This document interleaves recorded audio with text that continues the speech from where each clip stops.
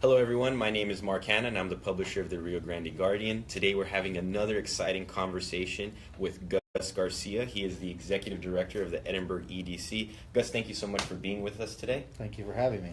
So, it's very difficult to get a meeting with you because you're all over the place, attracting businesses from all over the country to Edinburg.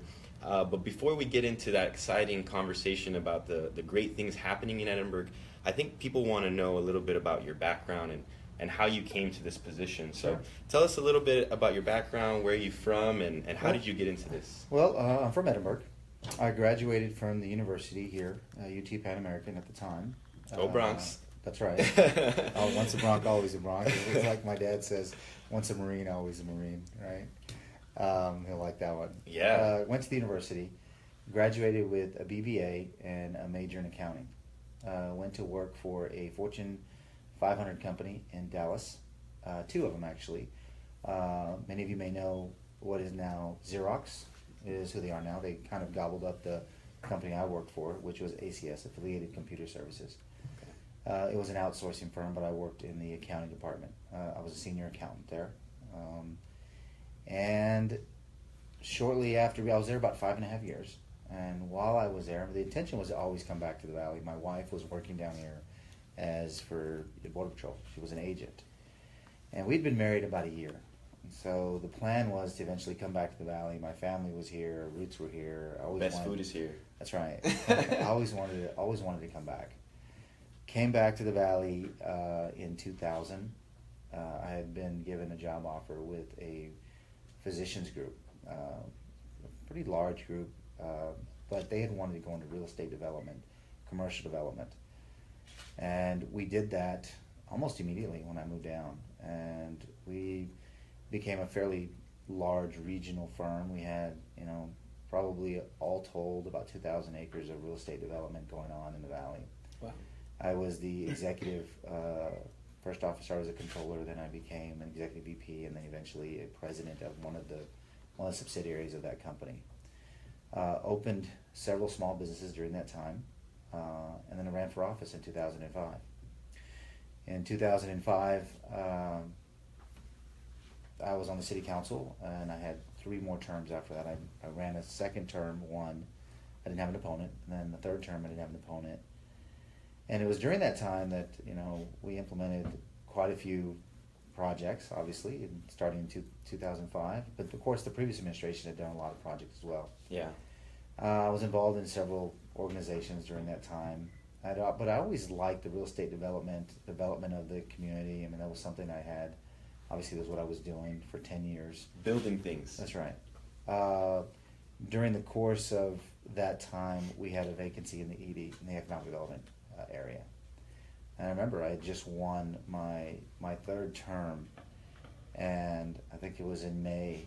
One of the council members had asked if, I had expressed an interest a few years back about the economic development program. If I ever wasn't a council member, that's something I would want to look into. Only thing was I couldn't obviously apply for that job if I was a sitting council member. Yeah. And one of the issues was I would have to resign my post if I wanted to apply for the position. So I thought long and hard about it. Of course, just winning the position of city council member, it was a big step because as a council member, you get to make decisions and you get to, have the vision for the community. And yeah. Stepping aside and basically saying, I no longer would fill that role. You'd be in the trenches. You'd be a worker bee versus being, the policy maker. Yeah. It was a tough decision, but I talked to my wife about it, my family, and they said, you're doing what you love. You have an opportunity to really get in the trenches, and work for the Economic Development Corporation. Of course, it's not guaranteed. You have to resign first. Yeah, no pressure. So there's no conflict of interest, obviously. So I did. 2 weeks later, I think it was maybe a week later, the board decided that I was a good applicant, and they hired me. Yeah. And so that's where I've been. I've been here for 4 years.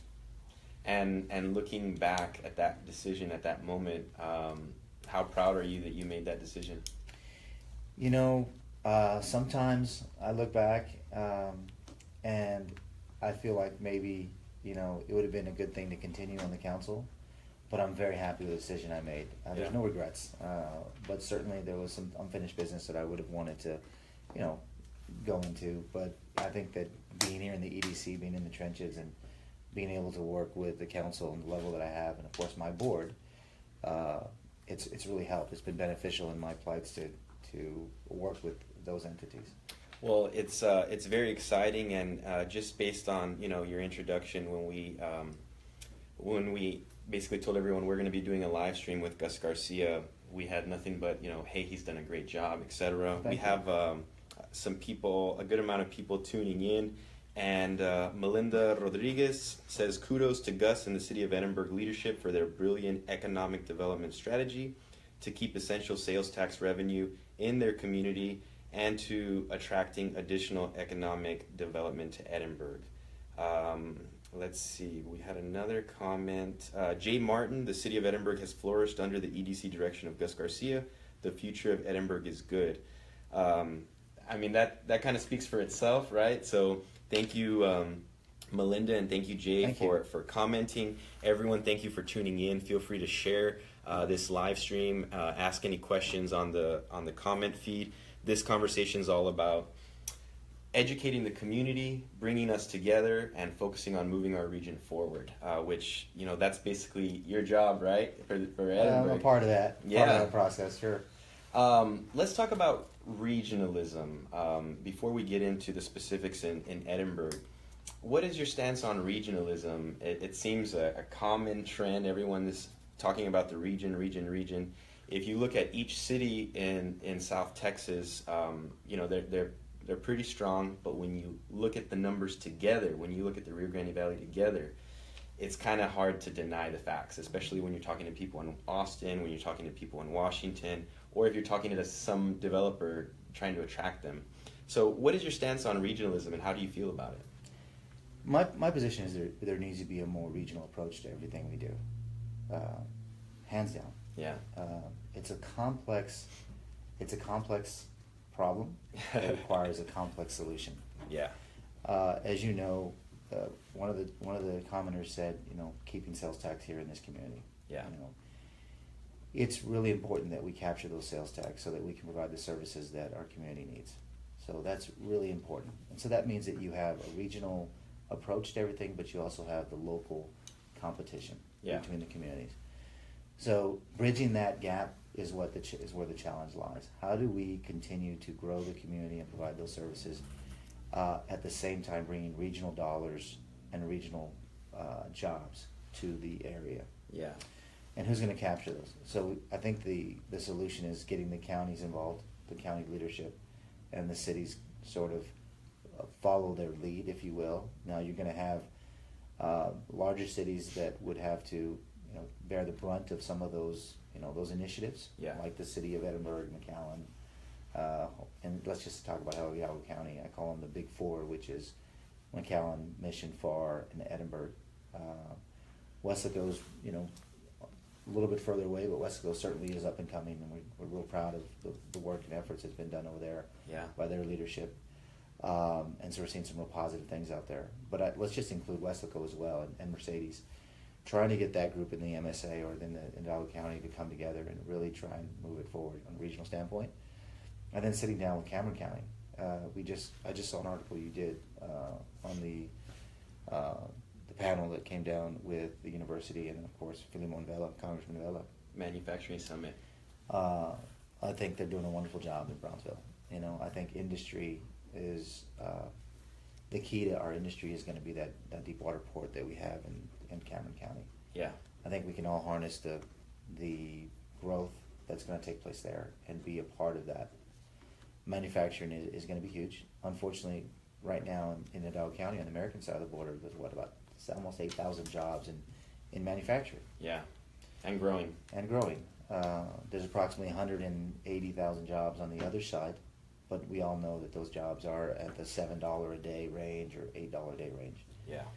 And I like to use an example. A manufacturing person that's making $8 a day, that's $40, $50 a week. A shirt from Academy costs $40, $30. So they're not going to be buying those type of goods and services, so you have to put things in perspective. The spending power. That's right. And so I think the jobs are great, and I think manufacturing has a real, there's a real opportunity for manufacturing. But the key in what we do as economic developers is we're looking for, what is the future? What does the future hold? Advanced technology, advanced manufacturing are some of the areas that we look at. We also look at biomedical, life sciences, biotechnology, the research institute, the research dollars, the medical center, the medical school, the university is a huge catalyst for growth. Yeah.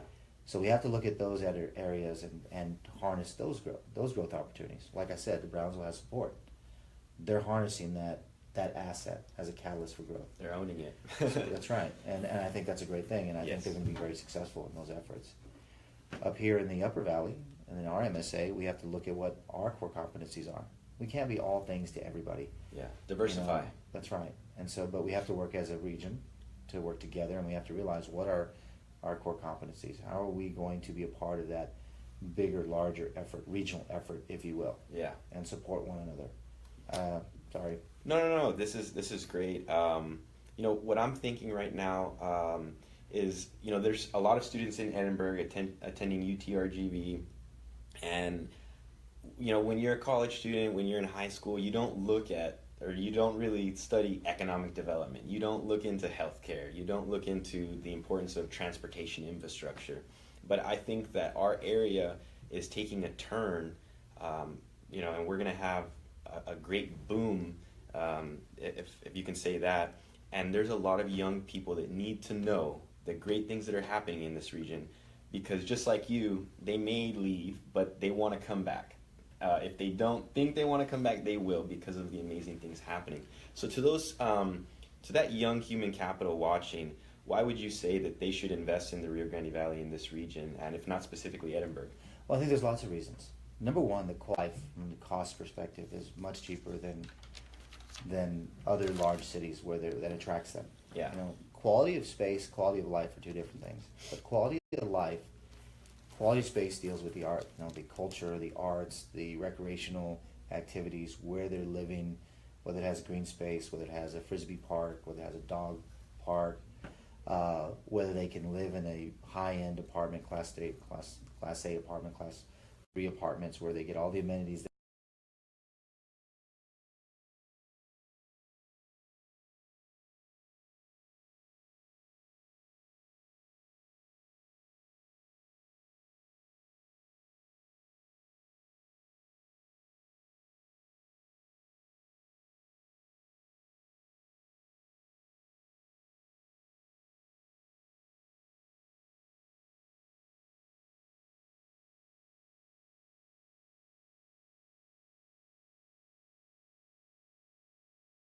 As you put it, we have to give them the quality of life and quality of space that they desire. Yeah. Because whether they're working for, let's just use an example, Apple computers or Microsoft or Dell as an example, they're making $70,000, $100,000, $150,000 a year. It doesn't matter if they live in Austin or they live in Edinburg, Texas. That income is here if they're living here. Yeah. So if we provide a quality of life and quality of space, they're spending those dollars here. Yeah. We're recapturing those dollars. So it's like I said, it's a complex approach to everything. I'm not saying that the EDC and the city should focus just on quality of life and quality of space, but it needs to be part of the spectrum of things that we're looking at doing or investing in. Education, talking to our schools, working with entities that are focused on helping students now at the university level as well as the grade school level choose careers that focus on those areas that we're going to have in the future. And so working with Avid or working with RGV Lead, and there's a number of entities out there. Vita is another one. All of these entities are focused on helping people get jobs in careers or areas that are going to have some sort of longevity. Yeah. As an economic developer, we're very cognizant of technology and innovation and what that means for our community. And right now, I talked about core competencies a little earlier, but right now, medical school, the medical industry, life sciences, biotechnology, Huge. That's the opportunities that are before us. Huge. And so that's right. I mean, yeah. I speak to my peers in the industry, and one of the things that they talk about in our meetings is, I wish I had a hospital. I wish I had a medical school. I wish I had a freeway. I wish I had a university. And I can't help but just stay silent because I don't want to seem like, I don't want to boast, I don't, but right. But we have all of those things. Yeah. And medical industry right now is the hot industry that is growing at a tremendous pace. I mean, Yeah. I believe there's only one other industry that competes on salary level, and that's the energy industry. Of course, the area is a boom with the Burgos Basin. I think once the price of oil goes up a little bit, if OPEC will kind of shut off the valve a little bit, which I think they're doing. Yeah, the barrels. We'll start seeing. That's right. We'll start seeing the cost of the gallon per gas, or cost of crude oil, normalize, and then we'll start seeing a lot of those energy jobs come back. Yeah. That coupled with the medical industry, and we always have our retail industry and our service industry, which we're not ignoring. We're always focused on that as well. Very grateful for it. That's right. Extremely grateful for it, and we can talk a little bit more about that and what's happened. But we can't count on that as the only industry for our region. Yeah. And of course, education and government. We're always going to be on a border. We're always going to have immigration and customs issues. So we're always going to have the government influence here. Yeah.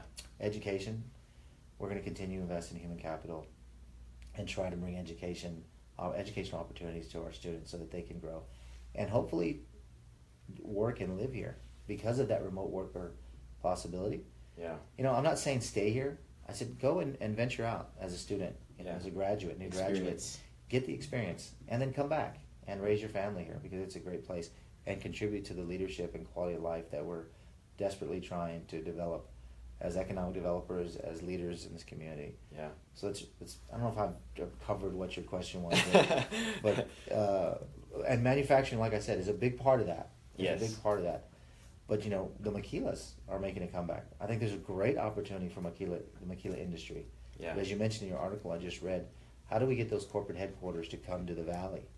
It's quality of space. It's quality of life. It's them knowing that they have great health care. Yeah. Healthcare that competes on a national level, education that competes on a national level, and all the other areas that compete on a national level, because that's what we're competing against. Yeah. We're competing against DFW, Houston, Texas, Austin, because that's where those company headquarters are going. Yeah. Where they can get all of the amenities of, recreation, culture, arts, education, sporting facilities, healthcare, medicine, tourism, amusement parks, the university setting. Yeah. All those opportunities and That 5 o'clock traffic. That's right, and a bag of chips. So let's focus on healthcare first. Let's talk about the healthcare opportunities there are in Edinburg, the medical school, and how important that is from job creation to healthcare availability to their citizens here. And absolutely. As I mentioned, and my industry peers, they're wishing they had a medical school or a strong medical industry within their community, because that industry is not going away for a long time. Yeah. It's going to continue to grow as technological advances increase. Yeah. As we live longer, as we grow older, we need medicine. We need treatment. I mean, there's over 70 subspecialties at DHR, and let's not forget South Texas Health System, which is one of the largest health systems in the country, if not the world. So we have the best of both worlds. We have South Texas Hospital, which is a national, world-renowned hospital system, And they're growing. Yeah. And they're investing, quickly. A lot of people don't see it because they're not as big or they're not in the headlines like some people see, but they're investing a lot of money, and we work with them as much as we work with DHR. DHR is a locally owned one, so it gets a lot of the attention. Local decisions. That's right. But it employs 4,500 people. Mm-hmm. It offers in the last 3 years over $2 billion in economic impact, which is huge. Yeah. And they're adding 560 more throughout the region. But we get approximately 25 to 27% of those employees, and we're very grateful for that. We're very grateful we talk about quality of space, quality of life. Healthcare is a big component on that. People want to know that if they get injured or something happens to them, they're getting good quality healthcare. A healthy community is great for economic development, right? I'll give you one example for those viewers watching right now. The minute your mother or your father or your loved one goes into the hospital, that's your life. That's everything that you possibly value going into a place where you want them to be taken care of properly. Mm-hmm. And if you don't have that, it's frightening. It's a tragedy. Yeah. So having quality healthcare available to our community is key to having the quality of life and quality of space that we desire. And for such a long time, people had to travel to San Antonio, to Houston, to other areas for medical attention, and we're getting to the point to where that's not the only option they have anymore. Locally, they can come to, whether it's South Texas Health Systems or DHR Or Columbia Health Systems, yeah. Rio Grande Regional. Yeah, absolutely. So that's definitely very, very exciting. What about the medical school? I mean, we haven't seen the results of the medical school. It was a tough project to make happen. We're so thankful that it happened. But big picture, long term, what do you see that medical school is going to do? Well, the medical school brings dollars, research dollars, to grow community. We talk about manufacturing.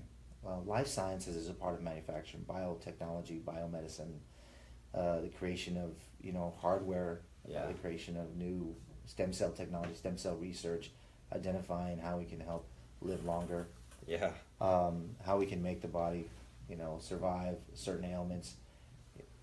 So the research teams that come with that, they come with grants and funding from different entities. So when they come to a research institution that's going to require a medical school, you're talking about hundreds of millions of dollars in research dollars.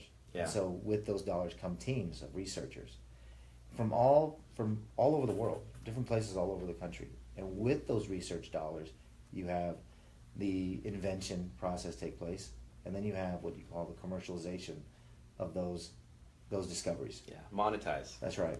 And so you have the transfer of technology, the transfer of that science into the commercialization, right, and the marketing. Well, it's during that process that a small company is formed. A group of scientists or a group of researchers they've created a new catheter, let's use for example. Yeah. So they form that small company. That small company has 5 or 6 people working for it. Before you know it, it's 10 people. And then one of the big pharma companies or one of the big, national companies comes in or global companies, I should say, buys them up and ships them off, right? Yeah. So what happens to those people that were employed here? All of a sudden they're saying, oh, well, what am I going to do? They're trained in research or trained in commercialization. Maybe they start a new company. Yeah. Because they live here. Yeah. Before you know it, you form a small cluster. And that small cluster grows into more and more skilled labor, more and more skilled people in research and development and commercialization. And before you know it, it becomes a supply chain for more and more industries. And then you have this huge cluster. Then you have the research park, and it grows organically. Yeah. But you have to start somewhere. Foundation. That's right. And the foundation is the medical school. The foundation is the research dollars that come from that, and taking the university to a tier 1 status. And so that's where it starts. Now that takes time.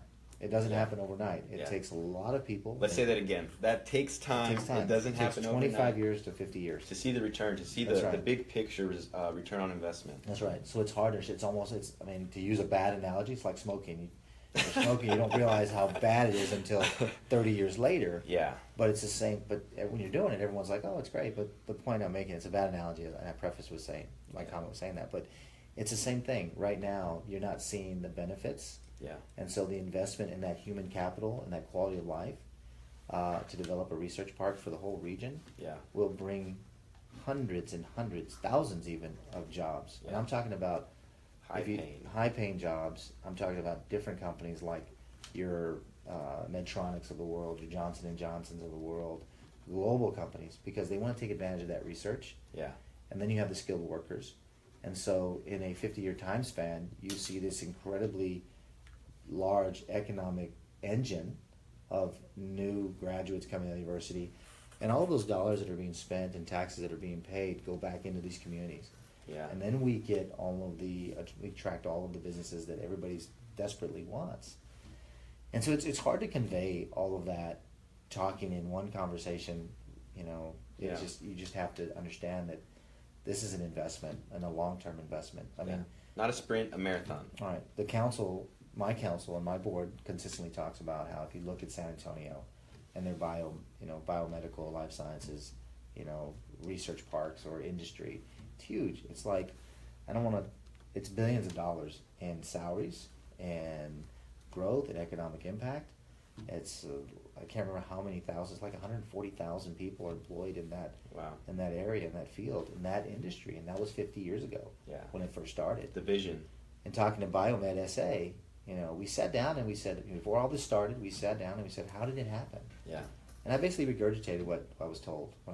It starts out with a seed, and it grows over a 20, 30 year period. And it's everybody. It's the EDCs from the Big Four, from the Valley, from the council members, the county. It's all of them trying to make that happen and talk regionally. It's our congressmen, it's our state representatives, it's our senators, all participating in trying to bring all of that investment down here. And I can tell you unequivocally that is what's going on. They're all working hard. I mean, yeah. Our Senator Lucio, and Senator Hossa for this area is doing a tremendous job. Terry Canales, I mean, we sit down and we talk about it all the time. And how are we going to bring those dollars down?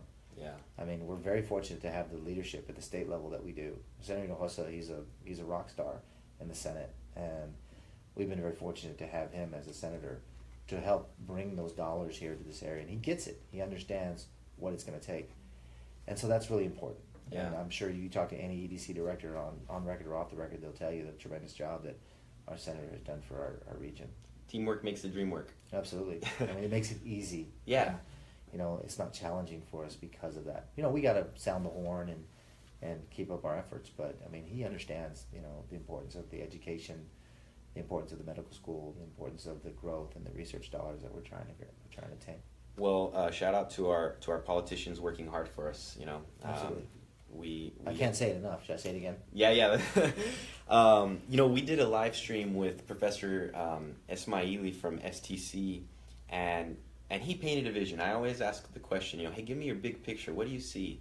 And he said that the Rio Grande Valley is going to become the health mecca for obesity and diabetes because of research. I'll agree with him on that. I mean, and hearing that, I mean, I just got goosebumps, because it's going to be such a major opportunity. Because guess what? The problem is here, the problem with diabetes and obesity, and we're bringing forth the solution, not only for our region, but for the entire country, if not world, So it's very exciting to have something like that here. And obviously, has it come into fruition? No, but it takes a vision to start it. Talking to researchers, and when I was working for a regional doctor group, medicine was something that I was always, it was always on in the discussion. It's always a topic for discussion. Yeah. And in speaking to physicians here in the area, the pathology that we have here in the Rio Grande Valley is probably unique to most places in the United States. That's why you have researchers wanting to come down here and do studies, because we're a very different subculture. Our food is different, our culture is different, our diabetes, we have a large percentage of our children that are getting it, prepubescent diabetes or, in their young pre-adolescent years. And so the pathology here is I don't know how to say it, the proper term to say it, but there's just a lot of diabetic issues down here. Yeah. Because of that, those research dollars we talked about earlier want to come down here and do the studies down here. Yeah. Okay, in these zip codes or these high concentration area zip codes, right? The pharma industry wants to be in these areas because they want to know, are their drugs working? Are they medically efficient? Yeah. And so he's absolutely right. We will become the epicenter for, that word is used all the time, but we will become the hub for, diabetes research. Yeah. He's absolutely, I totally wholeheartedly agree with him 100%. Yeah. And that'll be big because diabetes is a killer. Yeah. And you can extend life by finding a cure or a solution to those issues. Yeah. It's such a simple concept, but you have a problem, focus on the solution, and great things happen, right? Mm-hmm. Let's see, Jay Martin has another question. He says, what do you find, and this kind of relates to what we're talking about, what do you find is the greatest challenge to getting industry and STEM careers in this area? The STEM careers are huge. You have UTRGV, STC, a lot of, Texas Southmost College. A lot of these educational institutions are focusing on that. What do you see to his question? I don't even have to tell you. You already know what it is. I already answered it, Jay. Don't. Yeah. Everybody knows it's the skilled workforce. Yeah. That's key. Until we have, I've spoken to many. Let's use the governor, Governor Perry, for example. Governor Perry's been down here a couple of times, and when he was in office, we sat down and we discussed what are the What are the barriers to that? Why is it that all of these STEM field, these headquarters or these industries are going to Dallas and Houston, and why aren't they coming here? And why aren't you doing more for our community? Because the rising tide lifts all boats, right? Yeah. And he said, you don't have the skilled labor here. You don't have the labor infrastructure. Really quick, he probably responded really fast. It's real simple. Yeah. You don't have the labor infrastructure that you need to attract those jobs. Forget about quality of life and quality of space for a second. Yeah. We've got to develop our skilled labor, but it's kind of a catch-22. We're going to spend millions of dollars educating our workforce, educating our kids. And the minute they graduate, what do? Bye. That's right. They leave. So the brain drain is killing us. Yeah. Other cities are benefiting from the investment here. That's right. That's exactly right. Yeah. And so we're developing the infrastructure for another city. Mm-hmm. So we're doing. So all that money's going there. So we've got to find a way to convince these manufacturing companies, to answer your question, Jay. We've got to find a way to get them to bring those buildings or those jobs, that brick and mortar, the headquarters to the valley. Yeah. And so how do we do that? Well, one way we can do it is the port, the deep water port. Competitive advantage. SpaceX was a big one. Yep. Another is finding a way to get those research dollars here. Yeah. So, and that is what? Investing in the medical school and the services that are developed by the medical industry. Another one is going to be the energy industry. I think that once the energy industry picks up, and we should see a tremendous amount of areas in engineering in those STEM fields come in, but you have STEM fields, which is their math and science, which is going to be engineering and biosciences, life sciences. So there's the medical school and the medical industry. DHR, I know that's a hot button right now. I know a lot of people they don't like to hear the word DHR. I'm sure Jay doesn't like to hear the word DHR. But unfortunately, that is where the investment needs to take place, as far as human capital is concerned. To get the best return on investment. That's right. And so, bringing those companies down here that are going to employ people in those fields is where it's going to take. And what you'll see is if those companies come down here, it won't just be the employees that are here. Now we start getting employees from other cities where they have, educated and developed those. But those people are going to come here and they're going to have jobs. They're going to be paid $60, $70, $80, $100,000 a year, and they're going to spend money. Yeah. Buy in our homes. Community. They're going to. And then the cycle of the dollar will go right back into our community, and then in turn it develops more and more. It's a catalyst effect. Yeah. But we have to find a way to bring those companies and give them an interest in coming to the area. In your manufacturing summit that you had, I'm sure they talked about the same thing. How do we attract those companies down here? Skilled workforce. Yeah. Finding a way to develop them or come together and promote the area and give them a core competency, or I use that word a lot, but bringing a reason that they should be here. And one of those reasons is the proximity to the border, the fact that you can use skilled labor in Mexico at a very cheap price. That's why I think the maquila industry might be coming back. Yeah. But we need more headquarters here. Correct. From the maquilas. We need to have their headquarters here so that they can employ those skilled workforce applicants here. Yeah. Same thing goes. And I went back to the manufacturing industry and the industrial industry with that deep water seaport, because shipping is much more effective than using the 18-wheeler, if you will, or ground transportation. And we don't have that infrastructure in the railroads right now to be able to Not ship yet. on the ground. Not yet. And that's being worked on. Yeah. But right now in this area, in the Hidalgo County MSA, the biggest industry is going to be energy and medicine. Yeah. Hands down, education, medicine, and of course, let's not forget the retail side and the service side. Yeah. That's something that we have, but we can't, like I said, we can't rely on that forever. Let's jump on, Jay. I hope that answered your question. Thank you so much for asking it. Let's talk about retail. Let's talk about the retail market in Edinburg. There's some big projects happening, being completed from the arena. You have that wonderful HEB park that was completed, and you have things like the Resaca market that are coming. How does retail play into the economic engine? Well, it's big. I mean, it's our largest employer. There's approximately 64,000 people employed in Hidalgo County in the retail and services industry. Yeah. If you look at medicine and education are the second one. They're about 60,000. Government is up there. And so retail and the service industry is huge. It's our largest, it's one of our largest employers it's our largest employer base. It's super important. And one of the things that everybody knows is we have approximately in this, 2.5, 3 million people in the Rio Grande Valley, including Reynosa and Matamoros and Rio Bravo. And we have a lot of people traveling from Monterrey and the interior of Mexico to come and shop here. As you know, there's no flights directly into San Antonio. Not yet. Not yet. Well, we had them before, but they canceled them. But there's no flights from San Antonio to San Antonio. So everybody drives up 281 corridor or the 77 corridor, Highway 2, right? It's really important to our economy. But you look at approximately the MSA, going back to the MSA, we do about approximately $7.5 billion in retail annual sales. About $3 billion is from Mexico. So the other $4.5 billion is from our local market, our current market, right? So it's big, and you have to recognize that. And although we have a lot of low-income population, we also have a lot of high-income and middle-class population that demand those services. Yeah. And so right now, the city, we talk about quality of life and quality of space. So there's been a big push on increasing the quality of life and quality of space because we want those millennials to locate in Edinburg. We want those startup families that that are buying the first-time home buyer that's buying a home at $140,000, $150,000, $180,000 range to raise a family in Edinburg because they're taxpayers. They shop in Edinburg, and so you're seeing a big boom in housing in Edinburg.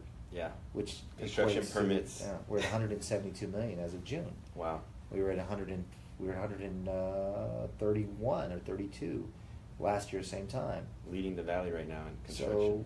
So, 200 million, 213 million last year was a banner year. We're exceeding that this year. Yeah. We've been exceeding every year since that. Now, why is that happening? It's a couple of things. I mean, it's good leadership by our council, by our board. Yeah. It's scarcity of land.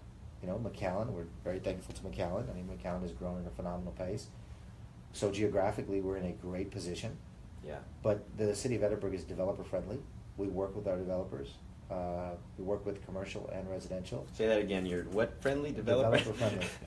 I know a lot of developers look for cities. Hey, I want a city that is easy to work with. Right. Is that the city of Edinburg? I think that Edinburg has been that way for years. Past administrations, current administration, present company included. We've always pushed to have help the developers succeed. Yeah. Because they're investing a serious amount of money in our community. When they win, you win. That's right. And so it's always been the mentality for the City of Edinburg leadership just to help the developers succeed because those are tremendous dollars that add to our tax base that provide services to our community. Yeah. And so I think that's really been I don't want to say the edge, but it's been certainly part of the reason why Edinburg has grown so fast. And you're seeing a lot of development here. Yeah. And it's been attractive. That development is attractive because commercial follows residential. And so you're seeing a lot of service centers, strip malls come up, and that adds to the tax base, the sales tax base. You're seeing a lot of those new stores come up, that typically weren't in Edinburg or didn't really look at Edinburg. Yeah. I mean, in talking to a lot of our real estate community, brokers and realtors, one of the biggest challenges I think when I first came in office here, in this office, was, explaining to them that Edinburg was a well waiting to be tapped. Yeah. A lot of the realtor and broker community, when they would travel to Dallas or Las Vegas or different trade shows where we talked to retailers in the service industry, McAllen was the word. McAllen was top of mind. Yeah. That's where you went. I mean, it was easy. McAllen has been very, very successful, and kudos to McAllen because their success has also been our success. Yeah. People knew who McAllen was. And we're right next to him. That's right. That's right. I mean, hey, where are you from? Edinburg. Where's Edinburg? Well, you know where McAllen's at? Absolutely. We're right next to him. We share a border. And if they don't know where that is, you say South Padre Island, and That's then right. for sure There they you go. know. That's right. So you get it. So, yeah. And so that's exactly the process we go through. And so we've been very fortunate to be a sister city to McAllen. Yeah. FAR has benefited. Mission has benefited. So not that we're going to give away sales tax dollars because we already do that. Yeah. But certainly, that all of these things that I mentioned have contributed to the growth of Edinburg. Yeah. And leadership understands that, and I think they've given us the ability to push forward with those initiatives, knowing that. Yeah. We're in a downturn right now in our sales tax, and I think that the entire valley's in a downturn right now with sales tax. Yeah. There's a saying that when you invest when the going's good, right? When things are great, and Yeah. I think that's what we've been doing. Is we know that we're, when things are slow, we ratchet down and we batten the hatches and we get through it. Yeah. And I think that right now in the last 7-8 years, Edinburg has grown phenomenally well. I've been very, very fortunate, and it's during those times that we've made some pretty good investments, and investors have made investments into the community. That has to do with medical, the university, infrastructure, the arena, as you're aware of. A lot of people don't understand the dynamics and the math or the calculations that went into that. Yeah. But we harnessed the growth that was taking place over the last 10 years to help support that without using any general fund monies, without affecting the general fund, without affecting the reserves in the city. Yeah. And obviously taxpayers, and of course the EDC was also involved in that process. And we're very fortunate because we do know that you talk about the service industry, 60,000 people in the service and retail industry. We know there's a robust industry in that market. Yeah. We know that State Farm Arena is one of the top 10 in its size group in the nation. We know that consumers from Mexico want to have something to do and enjoy Experience. themselves, whether it be a concert or a sporting event, a recreational event, Football. soccer.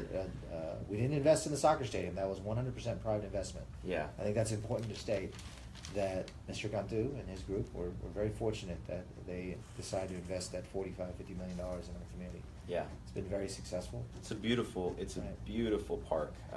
Thank you. And to have HEB come in, Oh yeah, that HEB. I don't neglect them. HEB has been tremendous in supporting everybody in the Rio Grande Valley. Yeah. We're very fortunate to have Mr. Butt and of course, all of his people that are part of that. Linda Tovar, shout out, she's done a wonderful job for us. So we're very fortunate to have Charles Butt, I think is his name. Charles Butt. Yeah, involved here. So yeah, and we're big supporters of HEB, right? Everyone in the That's valley right. buys a pulp, right? That's right. So let's we talked about the stadium. The stadium has been, if you drive on 281 North, you're going to see it. It's on your right hand side, right next to the Border Patrol station. It looks huge.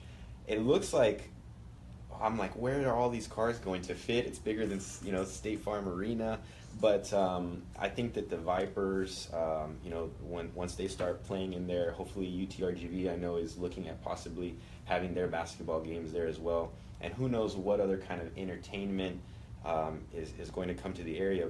But the competitive advantage over Bird Ogden Arena and State Farm is location. Mm-hmm. How fast can you get to it? Is it convenient? Is there development around there? And I think that the answer is yes to all of those questions because it's happening. We talk about the investment that the city made via the TERS. Those TERS monies were already captured. They were already committed to the shops. Yeah. They were not committed to the general fund. They were not part of the general fund. They were already committed to the shops. Yeah. The shops, which is where Bob's Steak and Chop House is. Correct.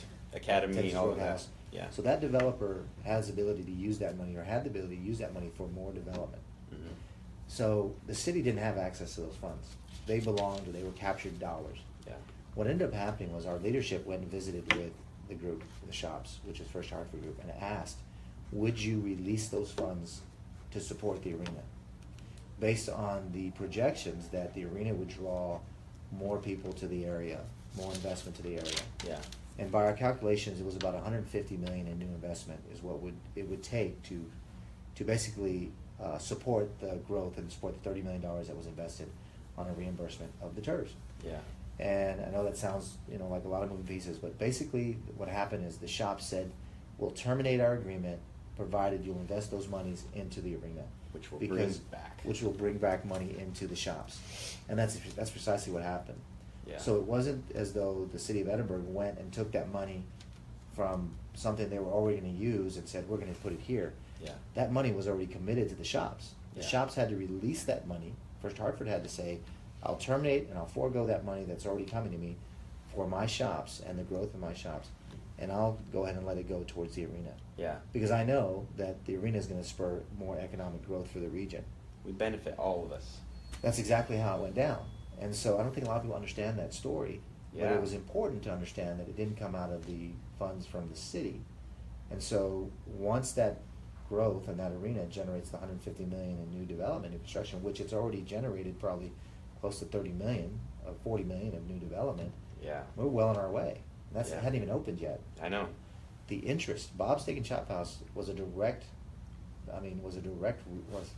Reno was a direct catalyst for Bob's Steak and Chop House. Yeah. It wouldn't be here Finest without. restaurant.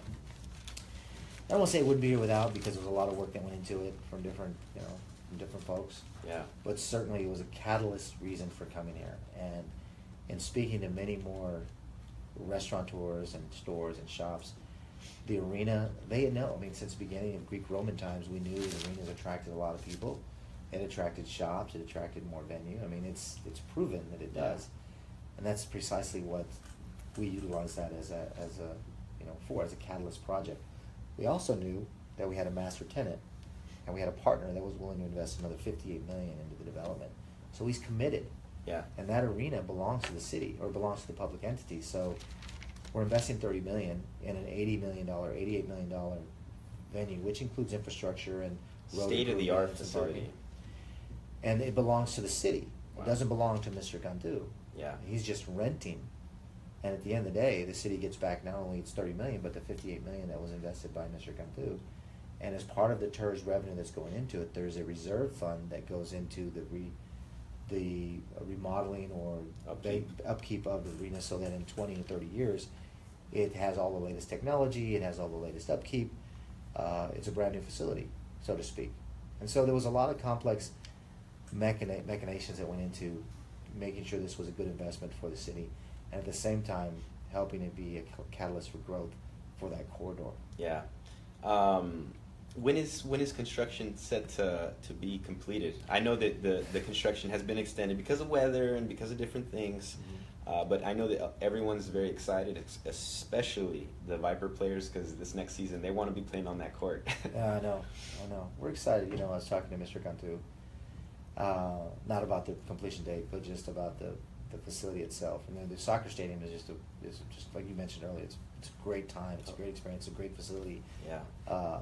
He's saying this arena is going to make that facility look, like the doldrums, or is going to make it look like. Yeah. We're going to have to tear it down and build it again, because.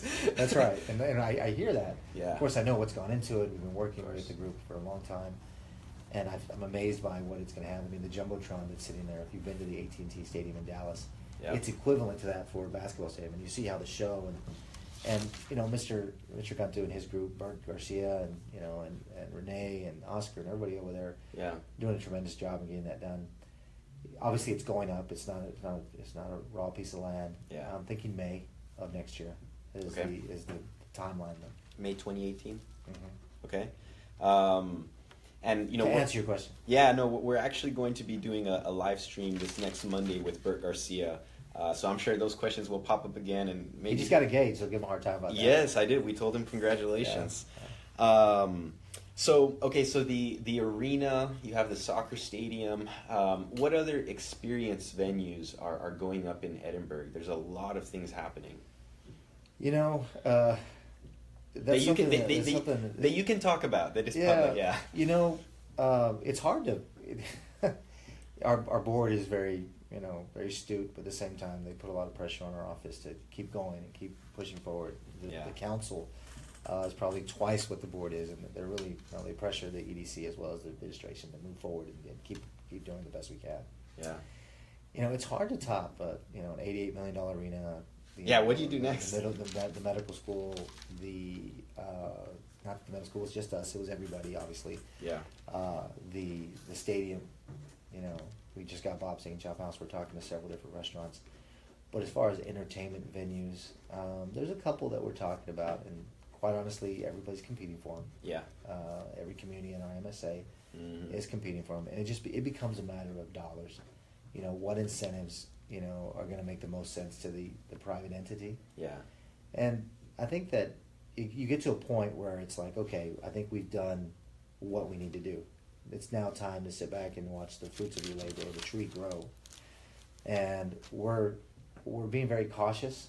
We're being very conservative on the incentives that we're going to offer some of these larger venues, these entertainment venues, because they all know the game now. They all know that, you know, if I offer $1, so-and-so will offer $2. So they use it to compete, actually. That's right. You know, it becomes a bidding war. It becomes a bidding war, and so we're staying away from that. Yeah. So I think we have, you know, we've done what we need to do to create that catalyst for growth, and I think we're taking more of a conservative approach on that. So at the end of the day, new entertainment venues that you speak of, that you're asking about, it's going to be a matter of incentive dollars. Now, I'm not saying that we're not going to do anything. What I'm saying is we're going to be cautious about and conservative about how we attract those businesses.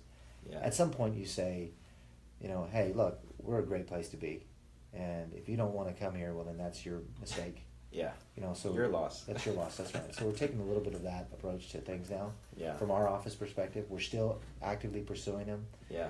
And at the end of the day, as far as a loss leader, I think we're out of that area now where we don't have to say, hey, we'll do this because it's a loss, but we know the impact is going to be great. Yeah. I think, you know, from a conservative standpoint, what I mean is that we're not going to invest $1 if we don't make $2 out of it. Yeah, if it's not a good investment. That's right. You all have been very calculated, aggressive, you know, with the growth. You've had great results, and now you can kind of not take the foot off the gas, but Right. just kind of slow down. Fiscally conservative. Yeah. It's important to be very fiscally conservative. God knows we're under the microscope. Yeah. And so we have to be transparent, and so we don't want to anger the community as a whole. We want to make sure to invest those monies wisely. So we're trying to be, you know, prudent and practical on how we do things, and make sure that the dollar invested returns, you know, positively. 10, 20 years from now, what do you see Edinburg as? What do you see from business, transportation, quality of Now, life? is it realistically, or what I hope to see, or No, what? in a perfect world, what do you wish to see? Based on the numbers that we see, the positive growth, if that continues, we'll be on par with any city in the MSA, as far as population, Yeah. as far as sales tax dollars, you know, ad valorem tax base. We'll be on par with any city within our MSA. Of course, that means McAllen. Yeah. You know, I think that from a population standpoint, we'll be on par, if not in 20 years, maybe possibly be the largest populated city in the MSA. Wow. I mean, that's what a university does, right? That's right. I mean, not just the university, but the geographic location, the expressway, and it's not necessarily a bad thing. I think, you know, being McAllen, I mean, McAllen is a great city. There's a lot of positive, you know, attributes to McAllen. I think their strategy, if that were to take place, I think their strategy would be to take a more, you know, just a different approach in how they're going to do things, and whether it be, you know, maybe a financial district, something that brings in more jobs. And we've seen it across the country where you have the hub, the center, kind of the center city, it grows a certain way, Yeah. and the outskirts grow a certain way. It's just a natural progression of the way things happen. I don't think it means anybody's doing a better job or, you know, less of a job. I just think it just happens naturally like that, just because of part of its geographic location. It's the speed that it happens in that, you know, administration and leadership plays a role. And I think our current leadership, and our board and our leaders are doing a tremendous job in making that happen sooner rather than later. Yeah, and I'm sure the citizens of Edinburg are very happy with what's happening to grow. I hope so. Anything else that you want to share before we wrap it up? Any new projects? Anything that you want to share with us that you haven't shared with anyone else? You know, we got Shipley's Donut. We got Jason's Deli. We're excited about that. I know Jason's Deli has been one that's quality of life, you know, venue. I mean, it's not big, and I understand that, you know, it's not, you know, it doesn't shake the trees and, you know, shake the ground. But Jason's Deli is one of those stores, one of those restaurants that everybody has wanted for a long time. So we're real proud of those efforts. We have been working on Jason's Deli for 3 years. Wow. Constantly calling him. I'm going to give Letty Reyes, who's our director of business development, I'm going to give her credit for that one, because she's been on them like White on rice. Yeah, white on rice. There you go. And they finally came. So I mean, she probably has their number, you know, memorized. Yeah. And they deliver. That's right. They deliver. They'll deliver to your Edinburgh business. And I think they're going to do wonderfully. You know, Yeah. I'm excited about that. We have a couple of new sit-down dining restaurants that are coming. You know, El Forno is one of them. We're excited about that. Great, you know, great place. It's going to be 7,000, 8,000 square foot. They're finishing up the designs. Yeah. Probably about 7,000 square foot. Margarita Sit pizza. down. Very That's good right. pizza there. That's right. So we're excited about that. Yeah. And we're developing that area around the shops that is next to Bob's Steak and Chop House. Yeah. Bob's Steak Chop House during the summer months, and they're doing phenomenally well. Now it's the first year. Yeah. We know there's a honeymoon phase, and I know that's the first thing everybody says. But you know, one of the things that a lot of people said was that we didn't have the market to pay for that high-end dining establishment. Yeah. And I don't think there's anything further from the truth. Yeah. You know, When we've you look always at the known. data. That's right. You look at the data. You look at our demographic data. You would never put a Bob's Steak and Chop House in this market, and yet it's full, and it's doing well in the summer months, which is the worst time to open up a restaurant. Everybody's on vacation. Yeah. Business traffic is not as high. People aren't going to the doctor as much. You're not getting surgeries as much. Everybody's out of town. Yeah. And yet it's still doing phenomenally well. Honeymoon stage, I get it, but let's look at it during the the fall season, the winter holidays. I think you're going to see it doing tremendously well. Yeah. And I think that speaks volumes for other restaurants that want to come to the area, Yeah. other stores, shops. It just says a lot about our demographic and what they're capable of supporting. Yeah. And Mr. Duff, I spoke to him the other day, and he had mentioned the Shipley's happening here in Edinburg. Yeah, we're excited about that. Yeah. Shipley's is great. We just had our grand opening. We did a live feed a couple hours ago. We had Jennifer and Letty go out there and do a live feed. Yeah. Super excited about Shipley's. We're actually working with that developer to remodel that whole area. We want to landscape it. We want to put some better signage. Yeah. We want to help them hopefully with the facade. Yeah. So that'll be a nice area. I mean, our 107 University corridor is growing at a phenomenal pace. Yeah. It's another growth corridor. Up 281, another growth corridor. Yeah. We're very excited about that. Trenton Road, as you know, is a growth corridor. The 281, I-69 is another great growth corridor. Yeah. We've had some growth and development over on 107 and 10th Street. We think 10th Street's another great corridor. Monte Cristo with the Texas A&M University opening at Tres Lagos. Huge. Tres Lagos, we see that university. I mean, Monte Cristo being another great growth corridor. Yeah. We got the new customs facility, our airport. We got a new developer out there. We're working on a very big project at the airport. We're excited about. We're gonna have That's to. hot off the press. We're gonna have to come back and do Yeah. another live stream. We'll be back in 30. Yeah, absolutely. So the airport. Mm-hmm. Say that again. We got another big project going on at the airport. We haven't announced it yet, but Yeah. just Stay tuned. There's a teaser for you. We think that airport's gonna, has some really, really great potential, and so we're really focused on the airport. It's one area that we're really trying to grow. Yeah. And we're sitting down with a lot of investors. I mean, every day we have a new investor that is coming to the area from all over. And you welcome them. Of course, absolutely. It's nice, and so I want to thank our leadership. The city council, our mayor, my board has been extremely proactive. Yeah. And they go on trips with me. The board, the council goes on trips with me, and trying to convince and bring in new development. So I'm real fortunate to have an active, board and city council that supports the EDC in our efforts. Yeah. So I want to thank them. You say everything else I want to say. I can't say enough about our state leadership, Chuy Hinojosa, Bobby Guerra, of course can't forget Terry Canales, Yeah. Senator Lucio. But the university, UTRG, has been great to work with. We're very fortunate and thankful. We didn't even talk about them. So that's a whole nother segment. We Yeah. talk about the university and the efforts they're making. The hundreds of millions of dollars they're investing in the system down here has been tremendous impact to the city of Edinburg. I mean, Yeah. we have to harness that as it's a catalyst in its own right. I mean, that's just a city, and it's within a city. Yeah, the campus. And so we talk about, and investors know that. Let's talk about that for just 1 second. Yeah. You're talking about a university, just the campus in here in the city of Edinburg. You're looking at 50,000 students in 20 years, 25 years. So that's a whole nother city within our city. Yeah. Of added folks. Correct. Right? Commuting, And so living. That's right. And spending and working. And so, we're very cognizant of working with those students and those graduates. And how can we keep them here? We get first shot at them. They get to see what's available here. Yeah.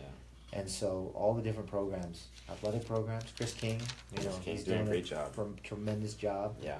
Hopefully we'll keep them. Yeah. Hopefully somebody won't snatch them up, but my fear is that they will. It happens. I can't speak enough about the university. Like I said, that's a whole nother chapter. It's a whole nother show we could sit down and talk about. Yes. But their involvement and their development here in the community, I mean, the fact that we have a university of that size and that campus that size in our city has helped me tremendously. Our school district, the Edinburg School District, has been tremendous in getting our students and our young folks graduated. They have some great programs. They perform phenomenally. And so I sit down in front of a potential prospect, and I talk about the university. I talk about our school district. I talk about the retail sales. I talk about the arena. I talk about the medical center. I talk about our leadership. And sometimes they're there with me. Yeah. And it makes it easy to come to the city of Edinburg. And so if I had to say anything, I'd have to say, am I missing anybody? Trying to think. I'd have to say that. Don't worry, they'll let you know if you forget, right? Yeah, that's the reason why we're growing so fast. Yeah. Because of those catalyst projects, and we've been very fortunate, and the geographic location. Yeah. And McAllen's growth, so we're real fortunate. The mayor always says it's better to be lucky than good. So we're very fortunate. We're blessed. That. Yeah. We're blessed. And so my job is easy because of that. It's a matter of just going out and selling it. Yeah. So that's what we do. Well, that's very exciting. I know that we're going to be back, to talk about the airport announcements and any other announcements that you all have. Thank you for sitting down with us. No, thank you for having me. Thank you, everyone, for tuning in. We had a great turnout, lots and lots of questions. If we didn't get to answer your question, we'll go ahead and answer them at a later time on the comment feed. Mr. Kent Burns, thank you so much for tuning in. Jesus Rodriguez, Dennis Silva, Luis, we have Ruben, Norberto Salinas. We have a lot of people tuning in, so thank you so much for that. Share the live stream, share it with your friends, share the information. We're proud of our region, we're proud of Edinburg, and we want to continue to pump out these messages. And until next time, talk to you soon.